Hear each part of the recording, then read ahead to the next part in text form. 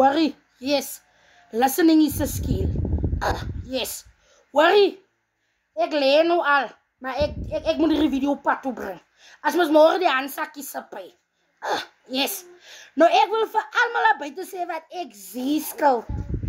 Geen skuld word môre betaal nie. Ek Ziza gaan die pad se kant toe kom nie.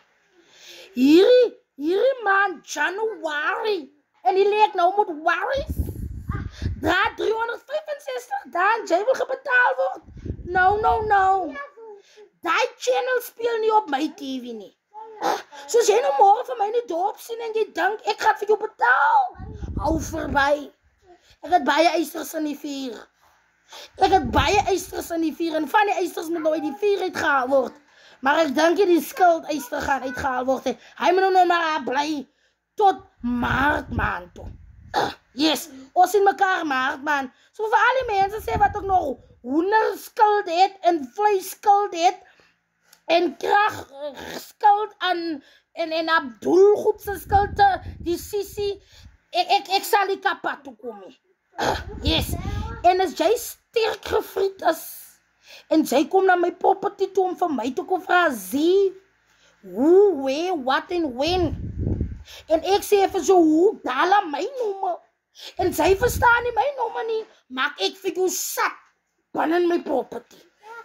Because it's my property, so stay in your line. Nee, geen skuld word môre gebetaal nie. As die handsakkie sapy. So bly my in julle se baan en hou verby en as jy vir my môre sien en jy dink nog, jy kan nog pad toe kom met jou skuld goedjies en goed. Moenie my bors warm maak nie. Ek sê vir julle klaar. 365 dae, as die makkelikie. So, kom ons praat maar maart, man. Ons sal ek aan February praat. Ons sal ek aan February praat, want dan settel ek nog in. Yes, so asseblief, baie eisters in die vuur. Ek het baie dingetjies wat ek moet doen. So, skuldmensies, bly maar in julle se baan. Ons praat weer. En I thank you.